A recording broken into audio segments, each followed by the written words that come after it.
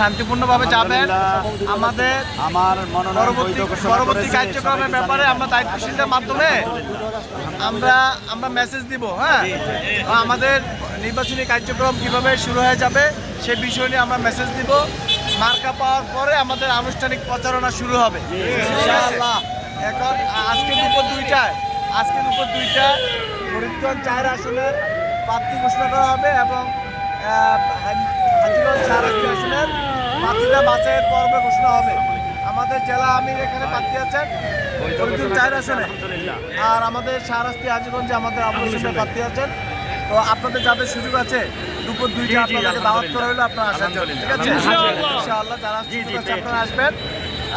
ইনশাআল্লাহ আমরা জনগণের যে উচ্ছ্বাস আনন্দ দেখতে পাচ্ছি, আমরা বিশ্বাস করি এবার ইনশাআল্লাহ ন্যায় এবং ইনসাফের পক্ষে জনগণের জোয়ার অব্যাহত থাকবে।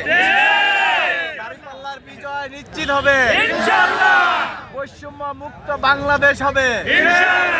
জুলাই যুদ্ধে ঋণ প্রতিশোধ নেওয়ার জন্য বেশিবাদের বিরুদ্ধে জনগণ ঐক্যবদ্ধ হয়ে দাঁড়িপাল্লার বিজয় নিশ্চিত করবে ইনশাআল্লাহ। তো আমরা আপনাদের সবাইকে সংগ্রামী শুভেচ্ছা জানিয়ে কথা শেষ করছি। আল্লাহ হাফেজ। আসসালামু আলাইকুম রহমতুল্লাহ।